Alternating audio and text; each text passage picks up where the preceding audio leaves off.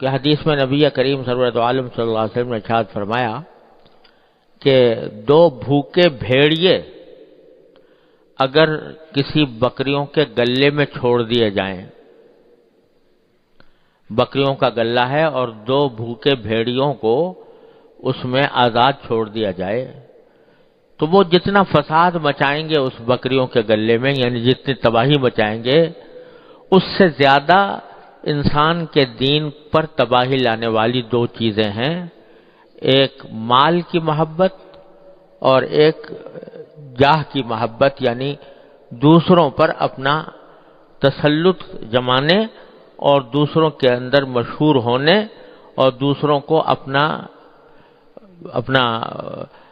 قائل کرنے اور مداح بنانے کی فکر۔ تو یہ جب دل انسان کے دل پر چھا جاتی ہے تو وہ اس کے دین میں اتنا فساد مچاتی ہے جیسے کہ بھوکا بھیڑیا بکریوں کے گلے میں گھس کر بکریوں کو کھائے گا اور فساد مچائے گا، اس سے زیادہ فساد یہ چیز مچانے والی۔ تو اسی حب جاہ کا ایک نتیجہ یہ ہوتا ہے کہ وہ دوسرے کا مذاق اڑاتا ہے، دوسروں کی برائی کرتا ہے لوگوں کے سامنے، تاکہ لوگ جو ہیں یہ سمجھے بھئی یہ بڑا پاک صاف آدمی ہے۔ تو دوسروں کے اوپر اپنا سکہ جمانے کی خواہش، اس کو حب جاہ کہتے ہیں۔ اور ہمارے حضرت والا حضرت عارفی قدس اللہ تعالی سرہ فرمایا کرتے تھے کہ یہ ایسی بے بنیاد چیز ہے حب جاہ کہ اس کا سارا تعلق، سارا بھروسہ دوسرے پر ہوتا ہے۔ دوسرا مجھے اچھا سمجھے، دوسرا میرے مرتبے کو پہچانے، دوسرا میری تعریف کرے، دوسرا میرا مداح بنے۔ اب دوسرے پر اختیار ہے نہیں، دوسرے کے اوپر کیا اختیار کہ وہ اچھا سمجھے گا یا برا سمجھے گا، وہ تعریف کرے گا یا برائی کرے گا، اس پر کیا اختیار؟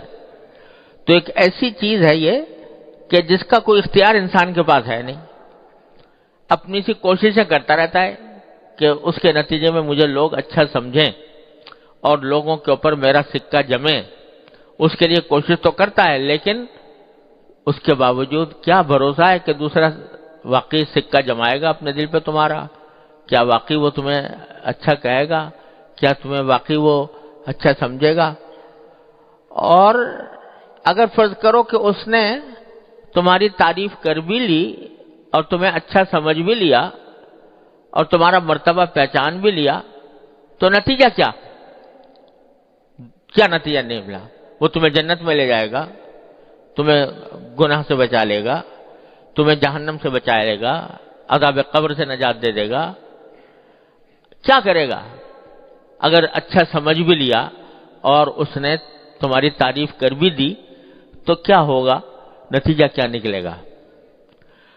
تو حضرت فرماتے ہیں، اللہ تعالیٰ ان کے درجات بلند فرمایا کرتے تھے کہ آدمی ذرا سا اگر یہ سوچ لے کہ اگر دوسروں میں میری مقبولیت ہو بھی گئی، شہرت ہو گئی، مقبولیت ہو گئی، لوگوں پر میرا سکہ بیٹھ گیا، تب بھی کیا ہوگا؟ آخر میں جا کر کیا نتیجہ نکلے گا؟ تو حضرت ایک شعر پڑھا کرتے تھے، واقعی بڑا حکیمانہ شعر ہے، آدمی اگر اس کے اوپر غور کر لے تو کبھی بھی دوسروں کی تعریف کے پیچھے نہ پڑے۔ حضرت یہ شعر پڑھا کرتے تھے کہ سرد ہو جاتی ہے حب جاہ دنیا جس کے بعد، سرد ہو جاتی ہے حب جاہ دنیا جس کے بعد، ایک ذرا سی بات ہے اے دل کہ پھر کیا اس کے بعد، ایک ذرا سی بات ہے اے دل کہ پھر کیا اس کے بعد۔ یعنی اگر یہ سوچ لے آدمی کہ اگر سارے مخلوق جو ہے فرض کرو میری تعریف کر رہی ہے اور مجھے اچھا سمجھ رہی ہے، بڑا سمجھ رہی ہے، اس کے اوپر میرے قابلیت کا سکہ جمع ہوا ہے، میری سخاوت کا سکہ جمع ہوا ہے، تو ہوگا کیا اس کا نتیجہ؟ پھر کیا اس کے بعد؟ اللہ بچائے۔ تو آدمی یہ سوچے کہ کیا یہ لوگ جو تعریف کر رہے ہیں یہ مجھے عذاب قبر سے بچا لیں گے، جہنم سے بچا لیں گے؟ اگر فرض کرو یہ تو تعریف کرتے رہیں اور وہ بہت تمہاری اچھائی بیان کرتے رہیں اور اللہ بچائے قبر میں جا کے پٹائی ہو رہی ہو،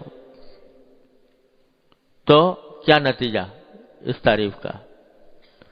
اور حدیث میں آتا بھی ہے کہ بعض اوقات ایسا ہوتا ہے کہ کسی شخص کا انتقال ہوتا ہے، وہ اللہ تعالیٰ کے ہاں مبغوض ہوتا ہے، وہ بندہ، اس کا انتقال ہوتا ہے، تو اس کے جو پیچھے رہنے والے ہیں وہ اس کو رو رو کر کہتے ہیں کہ یہ بڑا سردار تھا، یہ بڑا خوبیوں کا پہاڑ تھا، وغیرہ وغیرہ، اس کی تعریفیں کر رہے ہوتے ہیں۔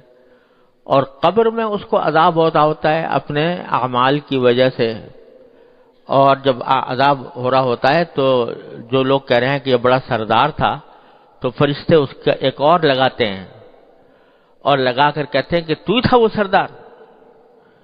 اور وہ کہہ رہے ہوتے ہیں کہ یہ خوبیوں کا پہاڑ تھا، تو فرشتے اور لگاتے ہیں اور کہتے ہیں تو تھا وہ خوبیوں کا پہاڑ جس کو یہ لوگ کہہ رہے ہیں۔ تو ایک ذرا سی بات ہے اے دل کہ پھر کیا اس کے بعد؟